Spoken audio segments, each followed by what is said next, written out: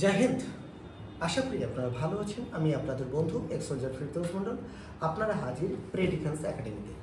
বন্ধুরা, প্রেডিফেন্স একাডেমির স্বপ্নপূরণ মিশন বলে একটি আমরা ট্রাস্ট স্টার্ট করেছি, যেখানে আমাদের দরিদ্র ছাত্রছাত্রীদের আমরা সম্পূর্ণ free of cost physical training, লিখিত পরীক্ষা এবং সাথে সাথে ভর্তিটা আমরা নিয়ে থাকছি।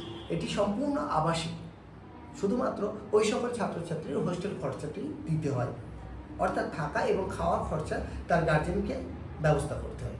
বন্ধুরা, আবারও বলছি, আজকের সত্যি খুব ভালো লাগছে। আজকে আমি কাকদ্বীপ থেকে একটি গার্জেনকে পেয়েছি, একটি ভাইকে পেয়েছি, সাথে তারা দুজন গার্জেন, বাবা এবং মা। নমস্কার স্যার। নমস্কার দিদি। তো সত্যি বলতে কাশ্মীর নয়, কাশ্মীর এক্ষুনি কথা হচ্ছিল তো ফৌজিলকে কাশ্মীর কথাটাই আগে আসলো। যাই হোক, সরি।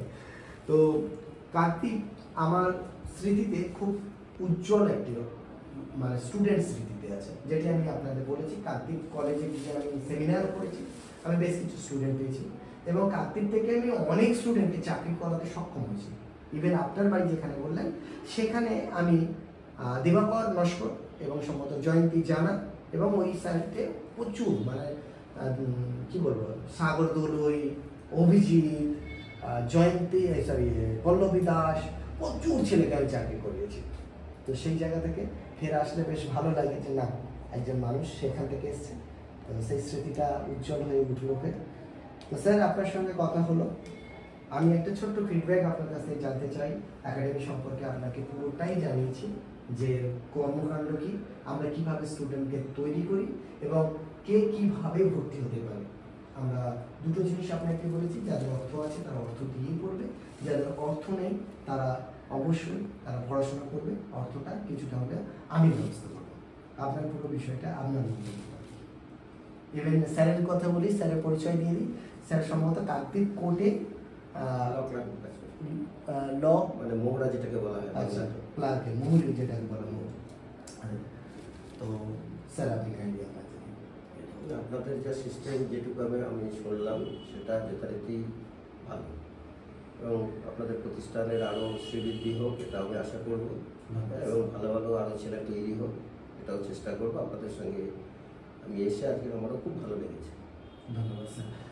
আবারও বলি, আমরা এখান থেকে কিন্তু 311 জন প্লাস ছাত্রছাত্রীকে এখন পর্যন্ত সফল করতে পেরেছি, এবং আপনাদের মতো মানুষ যদি আমাদের সাথে থাকে, তাহলে আমরা আগামী দিন আরও অনেক বড় পরিমাণ সমাজকে সাহায্য করতে সুবিধা হবে আমাদের।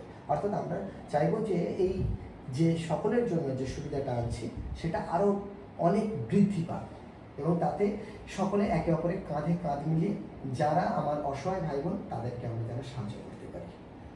তো যদি কোনো স্টুডেন্ট আপনার ওখান থেকে বা অন্য ডিস্ট্রিক্টে আসতে চায়, তারা কি আসতে পারে বলে আপনার মনে হয় একজন গার্জেন হিসেবে? অবশ্যই আপনারা আসুন। সর্বপ্রথম বলবো, আপনারা গার্জেনরা আসুন, আসাটা খুবই ভালো। কিন্তু যারা অনেক দূর থেকে আসে, যে স্যার আমি যেতে পারি না, যেমন আমার এখানে মনে আছে জলপাইগুড়ি থেকে একটি লেডি ক্যান্ডিডেট আমার কাছে আছে, যার বাবা এবং মা কোনো দিনই আমার কাছে আসেনি, শুধু বলে স্যার আপনার ভবিষ্যৎ পাঠিয়ে দিয়েছি। যদিও তার প্রায় 6 মাস প্লাস হয়ে গেছে এবং এসএসসি জিডিতে সে কিন্তু আশাবাদী পাশ করে যাবে এবং এটিতে চাকরি হয়ে যাবে। তো আবার বলি, চাকরির আগেও নয়, চাকরির পরেও নয়, স্বপ্নপূরণ মিশন কোনো স্টুডেন্টের কাছ থেকে একটিও টাকা আজ পর্যন্ত নেয়নি এবং নেবে না।